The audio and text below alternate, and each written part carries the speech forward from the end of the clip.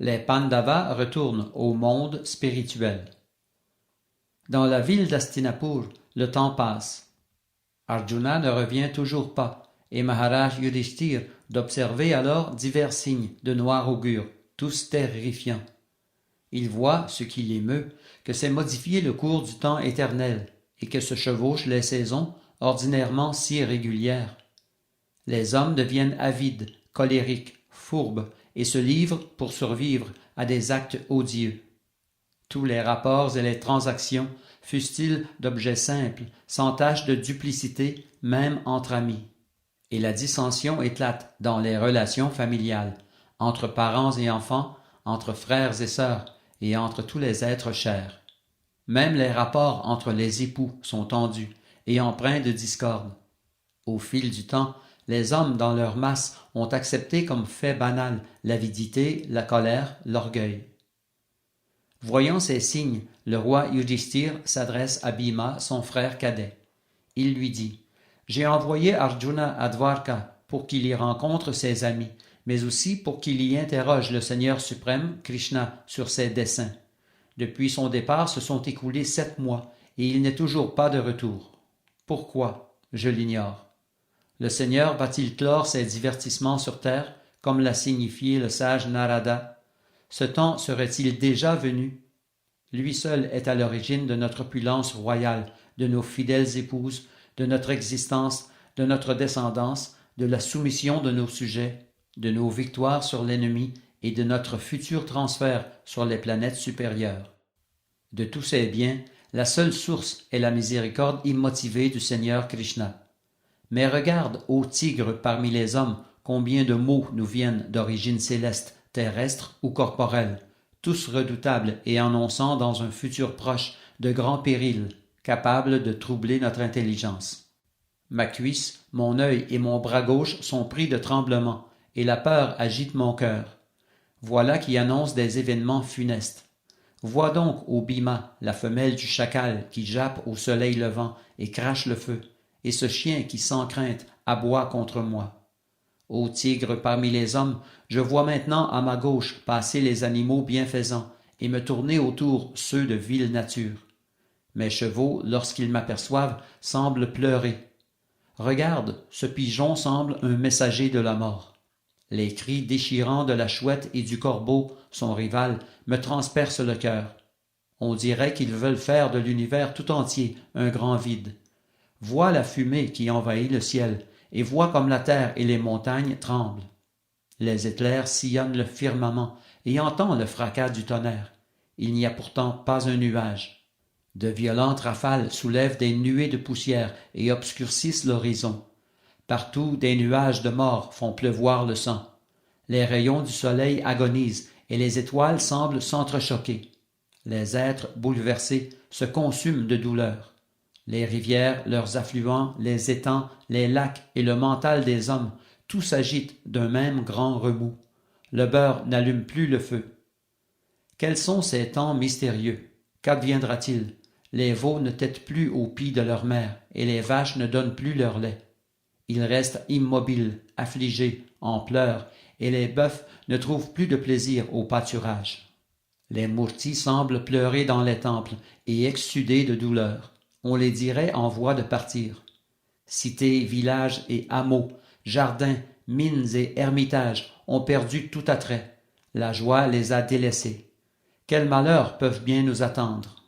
Quant à moi, je pense que tous ces bouleversements présagent un plus grand malheur encore, en regard du bien universel. La terre a connu la grâce de recevoir les divines empreintes des pieds pareils au lotus du Seigneur, et ces signes annoncent que le temps en est révolu. Pendant que le roi Yudhishthir voit maintenant sur terre tant de signes de noir augure et s'absorbe à leurs pensées, voici qu'Arjuna revient de la cité des Yadus, Dwarka. Comme Arjuna se prosterne à ses pieds, Yudhishthir le trouve dans un état d'affliction extrême. Il baisse la tête et des larmes glissent de ses yeux pareils au lotus. À la vue de son teint pâle, signe d'une profonde angoisse, le roi, se rappelant les indications du sage Narada, interroge Arjuna en présence de ses proches. Il lui dit « Cher frère, dis-moi, je t'en prie, comment se portent nos parents et amis de Dwarka? Leur jour à tous s'écoule-t-il dans le bonheur? Mon respectable grand-père Shurasena se porte-t-il bien? Et mon oncle maternel Vasudev, et ses jeunes frères, et ses 7 épouses, toutes des sœurs, Devaki la première? Elles-mêmes, leurs fils et les épouses de leurs fils, tous sont-ils heureux? Ugrasena, dont le diabolique Kamsa était le fils, vit-il encore? Et son jeune frère Devaka? Comment vont Ridika et son fils Kritavarma? Et Akrura, Jayanta, Gada, Sarana et Shatrujit, tous sont-ils heureux? Et Balaram, le Seigneur suprême, qui toujours protège ses dévots, se porte-t-il bien? Et comment se porte Pradyumna, le vaillant combattant des armées de la dynastie Vrishni? Est-il établi dans la joie? Et Aniruddha, l'émanation plénière du Seigneur suprême, est-il prospère? Les fils de Sri Krishna, Sushena, Charudeshna, Samba, le fils de Jambavati, pour ne nommer que les principaux, et les fils de ces derniers, Rishabha et les autres, tous sont-ils dans un état digne qu'on s'en réjouisse? Et Shrutadev, Uddhava et les autres, et Nanda, Sunanda et les autres chefs de file parmi les âmes libérées, tous compagnons éternels du Seigneur Sri Krishna, qui avec Balaram les protège, vivent-ils tous à l'aise dans leurs positions respectives? Pensent-ils parfois à notre bien, eux à jamais liés d'amitié envers nous? Sri Krishna, le Seigneur suprême, qui fait la joie des vaches, des brahmanas et des sens de tous les êtres, lui qui porte si profonde affection à ses dévots, se réjouit-il entouré d'amis au sein de la vertueuse assemblée royale de Dwarkapuri? Veiller au bien-être des pieds pareils au lotus du Seigneur est le plus haut de tous les services qu'on puisse lui rendre. Ce faisant, les reines de Dwarka, avec Satyabhama à leur tête, incitèrent Sri Krishna à conquérir les Devas. Elles purent ainsi jouir de privilèges réservés ordinairement aux épouses du maître de la foudre, Indra. Protégées par les longs bras de Sri Krishna, jamais les grands héros de la dynastie Yadu ne connaissent la crainte. Dis-moi, mon cher Arjuna, comment te portes-tu? Tu sembles avoir perdu beaucoup de ton éclat. Quelle en est la cause, cher frère? T'a-t-on manqué de respect ou ignoré? Ou dois-tu ta pâleur à ton long séjour à Dwarka? T'a-t-on adressé des paroles hostiles ou inopportunes? Ô mon frère, te fut-il impossible de faire la charité à qui te la demandait? Ou t'est-il arrivé de ne pouvoir tenir une promesse? Toi qui toujours protèges ceux qui en sont dignes, le brahmana, l'enfant, la vache, la femme, le vieillard, le souffrant, t'est-il arrivé de ne pouvoir protéger qui t'en avait prié? Aurais-tu rencontré une femme de caractère douteux, ou manqué d'égard envers une autre qui en était digne? Ou plutôt as-tu été vaincu sur le chemin par un adversaire de force inférieure ou égale à la tienne? As-tu négligé des vieillards ou des enfants qui méritaient de partager ton repas? Te serais-tu rendu coupable d'une erreur aussi impardonnable, d'un geste aussi odieux? Ou te sens-tu vide à jamais parce que tu as perdu ton ami le plus cher, Sri Krishna? Ô Arjuna, mon frère, je ne vois pas d'autre raison à ton profond abattement. Les questions conjecturales du roi Yudhishthir avaient provoqué en Arjuna, l'illustre ami de Krishna, un violent sentiment de séparation d'avec le Seigneur, source pour lui d'une affliction profonde. Sous le coup de la douleur, la bouche et le cœur pareils au lotus d'Arjuna se sont desséchés, et s'est éteint tout l'éclat de son corps. Maintenant plongé dans le souvenir du Seigneur suprême, il peut à peine ébaucher une réponse. C'est à grand-peine qu'il retient les larmes d'affliction qui remplissent ses yeux. Son regard désormais privé de Sri Krishna, un grand trouble l'accable, et il sent pour lui croître son affection. Rappelant Sri Krishna à sa mémoire, ses vœux de bienveillance, ses faveurs, l'intimité de ses relations avec ses proches et comment il avait conduit son char, Arjuna, accablé et respirant avec peine, commence à parler. Il dit « Ô roi, le Seigneur suprême Sri Hari, lequel s'est conduit avec moi comme un véritable ami intime, me laisse aujourd'hui seul, et avec lui m'a quitté la formidable puissance qui était mienne, et dont s'émerveillaient même les Devas. Il m'a laissé seul, lui dont la séparation, fût-ce pour un instant, suffirait à plonger tous les univers dans un vide funeste, tels des corps privés de vie.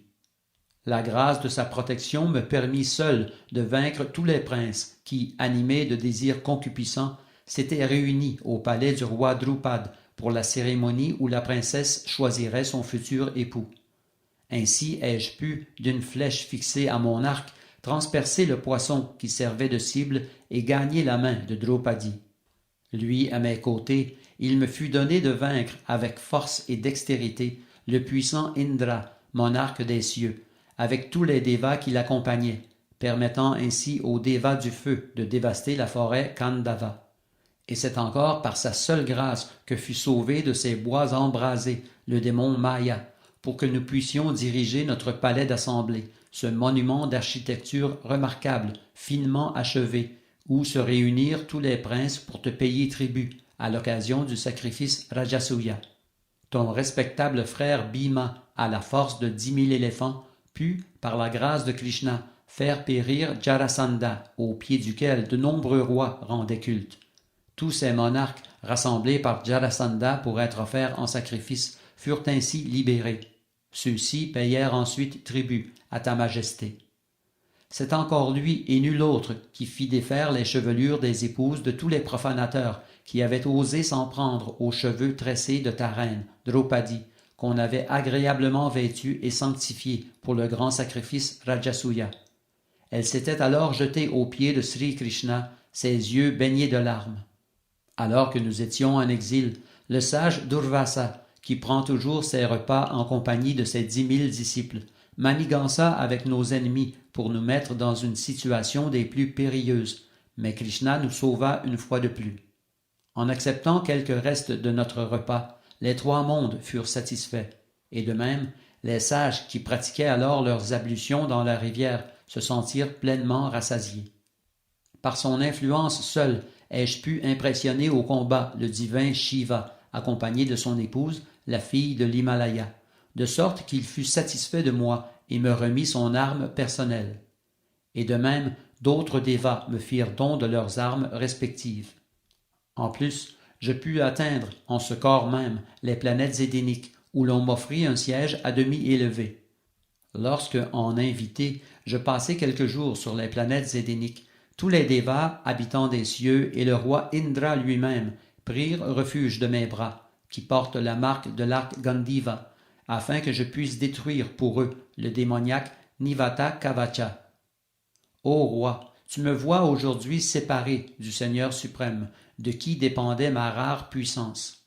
La puissance militaire des Kurus était comparable à un océan peuplé d'êtres invincibles, innombrables, un océan infranchissable. Je pus néanmoins, béni de son amitié, traverser sur mon char cette multitude, et par sa seule grâce encore, il me fut donné de reprendre les vaches du roi Virat, comme de réunir par la force les couronnes de nombreux rois incrustés de joyaux aux 1000 feux.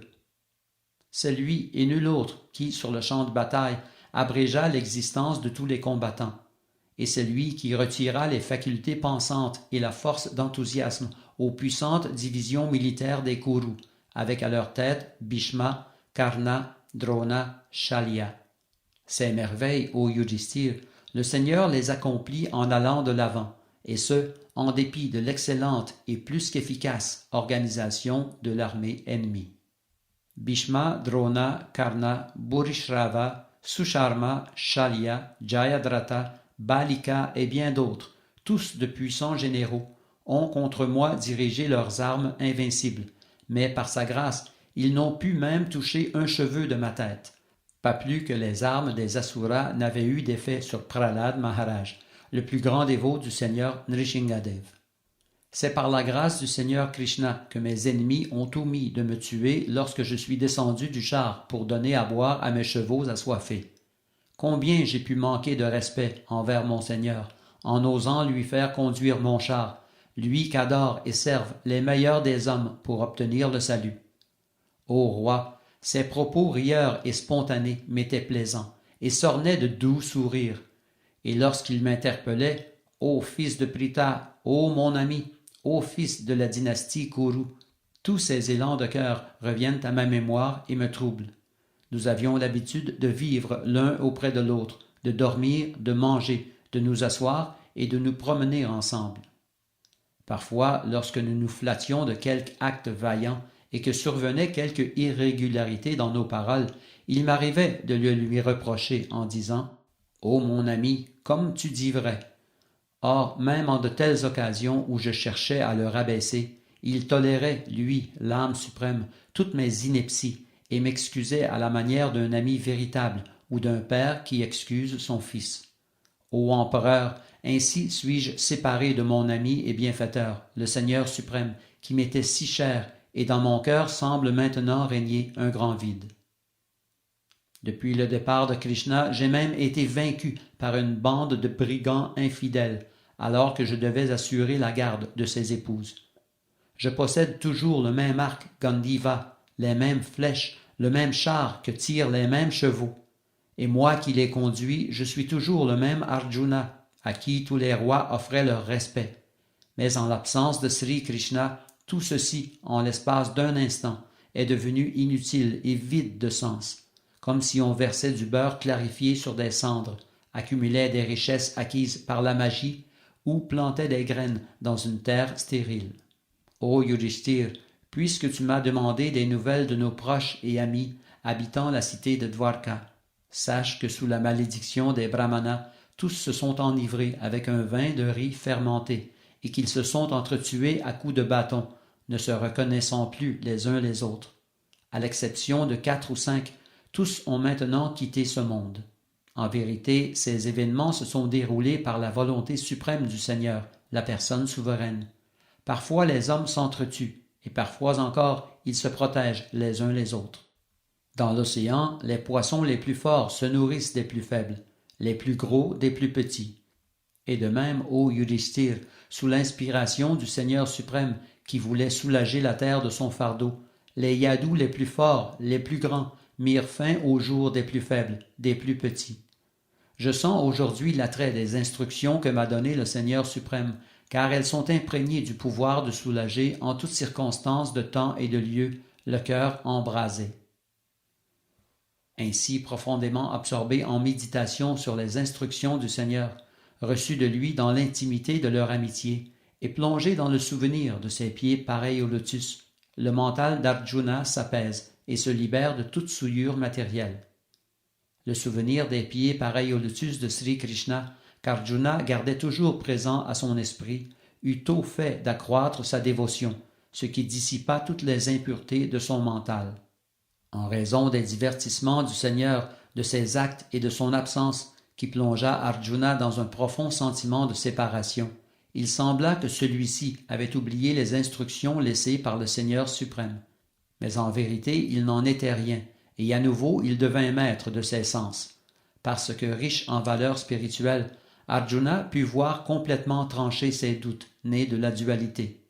Ainsi, libre des 3 influences de la nature matérielle et établi au niveau de la transcendance, désormais affranchi des formes matérielles, il ne risquait plus de connaître la naissance ni la mort. Par son intelligence pénétrante, le roi Yudhishthir pouvait voir se développer peu à peu les traits de l'âge de Kali, l'avarice, la duplicité, la tromperie et la violence, tant au niveau de l'État que de la capitale, du foyer ou des individus. Avec sagesse, il se prépara à quitter sa demeure et se vêtit en conséquence. Il installa alors sur le trône d'Hastinapur son petit-fils Parikshit, dûment instruit et doué de qualités égales aux siennes, le sacrant ainsi empereur et maître des terres que bordent les océans. Puis il alluma en lui le feu requis pour quitter la vie de famille. Le roi Yudhishthir quitta sur-le-champ ses vêtements royaux, son ceinturon et ses divers ornements, et se désintéressa complètement de toute chose matérielle, libre de tout attachement. Puis il se vêtit d'une étoffe déchirée, renonça à toute nourriture solide, fit vœu de silence et dénoua ses cheveux. Allant ainsi, il apparut tel un mauvais sujet, insane et oisif. Il ne dépendit plus de ses frères pour quoi que ce soit, et tel un sourd, ferma son oreille au monde extérieur. Il partit en direction du nord par le sentier qu'avaient foulé ses ancêtres et de nobles âmes. Son but, vouer toutes ses pensées au Seigneur suprême, Dieu, et c'est dans cette conscience qu'il vécut partout où il se rendit. Les frères cadets du roi Yudhishthir constatèrent alors que l'âge de querelle et d'hypocrisie, l'âge de Kali, s'était déjà infiltré dans toutes les parties du monde, et que les habitants du royaume se trouvaient déjà affectés par l'influence de l'irréligion. Ils entreprirent donc, sans hésiter, de marcher sur les traces de leur aîné.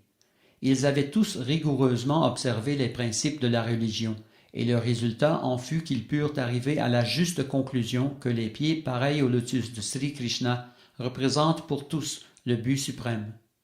Ils décidèrent donc d'y porter leur méditation sans interruption aucune. Draupadi vit également ses époux quitter le foyer sans se soucier d'elle. Elle avait toute connaissance de Sri Krishna, la personne souveraine. Partout où se rendaient ses époux, elle s'y rendait aussi. Les citoyens tentèrent bien de persuader les Pandavas de ne pas s'en aller, mais ces derniers étaient résolus à suivre la voie tracée par le Seigneur suprême. Il arriva qu'un chien se joigne à eux. Le groupe se composait maintenant de 7 âmes. Yudhishthir marchait devant, suivi de Bhima, puis d'Arjuna, des jumeaux et de Draupadi. Quant au chien, il marchait aux côtés de Yudhishthir. Les Pandavas traversèrent différentes provinces pour finalement atteindre l'océan. Arjuna avait apporté avec lui son arc Gandiva, ainsi que ses 2 carquois inépuisables. Or, il arriva qu'Agni, le déva du feu, apparut soudainement devant les Pandavas et leur barra la route pour leur adresser la parole en ces termes. « Ô guerriers aux bras puissants, je suis le dieu du feu. C'est moi qui ai dévoré la forêt Kandava, assisté du Seigneur Krishna et de son ami Arjuna. C'est à ce moment que j'ai fait don à Arjuna de l'arc Gandiva et de 2 carquois inépuisables. Ô Yudhishthir, ton frère n'en a maintenant plus besoin. L'arc Gandiva provenait de Varuna, le dieu de l'eau. Il vous faut aujourd'hui le lui rendre. » Après avoir entendu ces paroles, les frères d'Arjuna lui demandèrent de redonner son arc à Varuna. Se pliant à leur requête, Arjuna jeta son arc et ses flèches dans l'océan. Puis Agni, le déva du feu, disparut. Les Pandavas continuèrent à marcher, cette fois en direction de l'Himalaya. Ils en traversèrent les montagnes, puis le désert, pour finalement arriver au mont Meru. Comme ils escaladent la montagne, Draupadi tombe par terre. Bhima demande alors à Yudhishthir, « Mon frère, jamais cette princesse n'a commis de faute. Pourquoi est-elle tombée ?» Yudhishthir de répondre, « Ô meilleur parmi les hommes, notre amour pour Draupadi était égal, mais elle, de son côté, favorisait Arjuna. Elle récolte aujourd'hui le fruit de sa partialité. » Après avoir ainsi parlé, Yudhishthir continue son chemin, le mental solidement fixé, aux pieds pareils au lotus de la personne suprême. Or voilà que Sahadev tombe au sol. Bhima demande à Yudhishthir, « Sahadev nous a toujours servi avec humilité. Pourquoi est-il maintenant tombé par terre ?»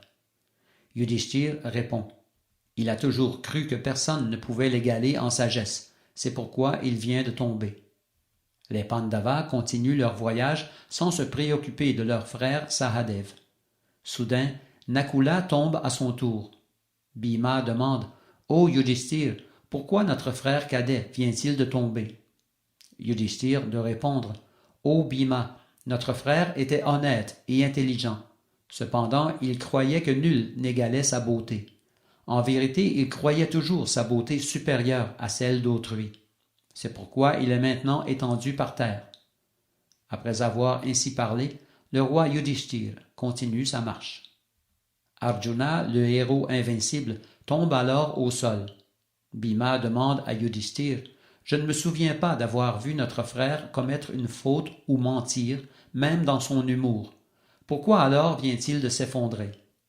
Yudhishthir lui répond, « Arjuna a dit qu'il anéantirait toute l'armée des Kourous en une seule journée. Trop fier de son héroïsme, il ne put remplir sa promesse. C'est pourquoi il est par terre. » Après cette brève réponse, Yudhishthir poursuit son chemin. Soudain, Bhima tombe par terre. Il demande à Yudhishthir, « Ô roi, je suis tombé moi aussi. Quelle faute ai-je commise pour qu'un tel malheur s'abatte maintenant sur moi ?» Yudhishthir de lui répondre, « Tu mangeais trop, et tu t'étais enorgueilli de ta force surhumaine. C'est pour cela qu'aujourd'hui tu mords la poussière. » Puis, ayant répondu à Bhima, le roi Yudhishthir continue son chemin sans regarder en arrière. Seul l'accompagne maintenant le chien. Or, voilà qu'apparaît dans le ciel Indra, le roi des planètes célestes, au volant de son aéronef. Immobilisant son véhicule près de Yudhishthir, Indra lui demande de monter à bord, mais Yudhishthir lui répond « Mes frères gisent au sol, immobiles. Ils doivent venir avec moi. Sans leur compagnie, je ne désire pas me rendre sur ta planète. Et la douce princesse Draupadi, elle qui mérite tous les efforts, doit venir avec nous. » Indra lui dit « Tu verras tes frères dans les cieux. Ils y sont déjà dans le même corps. Je t'en prie, Yudhishthir, monte à bord de ce char, et je t'y amènerai. » Yudhishthir dit alors « Ô maître des cieux, ce chien m'est extrêmement dévoué. Il doit venir lui aussi. Mon cœur déborde de compassion pour lui. Je ne désire pas jouir de l'opulence édénique si je dois me séparer de ceux qui m'aiment. » Indra lui répond « Les chiens ne sont pas admis sur les planètes édéniques. Plus encore, si ce chien t'accompagne, tu perdras le fruit de tes bonnes actions. Ô Yudhishthir, débarrasse-toi de ce chien et monte à bord de mon char céleste. » Yudhishthir ajoute « Il est dit que celui qui abandonne un être qui lui est soumis commet une faute grave, égale au meurtre d'un brahmana. C'est pourquoi je n'abandonnerai pas ce chien. J'ai fait le vœu de protéger tous ceux qui se dévouent pour moi et qui recherchent ma protection. » Après que sont prononcées les paroles de Yudhishthir, le chien se transforme en Yamaraj, le maître de la justice, et adresse la parole au roi. « Ô Yudhishthir, lui dit-il, tu possèdes toutes les qualités divines de ton père Pandu. Tu ressens de la compassion pour tous les êtres, et tous sont inspirés par ton exemple. Jadis, je t'ai posé plusieurs questions près du lac où tes frères étaient morts en buvant de son eau. À ce moment, tu avais choisi de raviver Nakula au lieu de Bhima ou Arjuna. Et voici qu'aujourd'hui tu as préféré demeurer avec un chien plutôt que de monter à bord de cet engin céleste.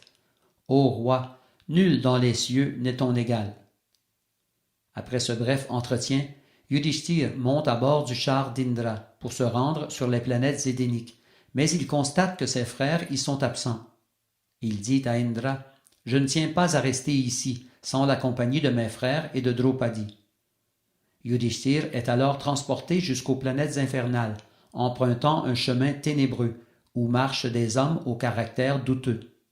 Une odeur de chair et de sang pollue l'atmosphère. Des cadavres gisent de part et d'autre du chemin, sur lesquels on peut voir des insectes terrifiants. Des cheveux et des ossements parsèment le paysage. Des corbeaux et des vautours, au bec de fer, patrouillent le ciel. Yudhishthir y voit une rivière d'eau bouillante, ainsi que des arbres aux feuilles tranchantes comme des lames de rasoir. Il peut aussi voir toutes les tortures qu'on inflige aux âmes pécheresses. Il comprend alors qu'il se trouve dans les régions infernales. Yudhishthir demande à son conducteur céleste « Pourquoi m'as-tu amené dans cet enfer, et combien de temps y resterons-nous » Après avoir posé cette question, toutes les illusions de l'enfer disparaissent de la vue de Yudhishthir. À leur place, il voit plusieurs dévas debout devant lui. C'est alors qu'Indra entreprend de lui répondre. « Pendant la bataille de Kurukshetra, lui dit-il, le Seigneur Krishna t'a demandé de dire un mensonge. Tu devais expliquer à Drona que son fils Ashvatthama était mort, mais tu as hésité à le faire, parce que trop attaché à la morale de ce monde. Dû à cette hésitation, Yudhishthir, tu as aujourd'hui vu l'enfer. Retourne maintenant vers les régions célestes, où habitent les âmes pieuses. » Yudhishthir est alors transporté à la demeure d'Indra, où il voit ses frères, éclatant de splendeur.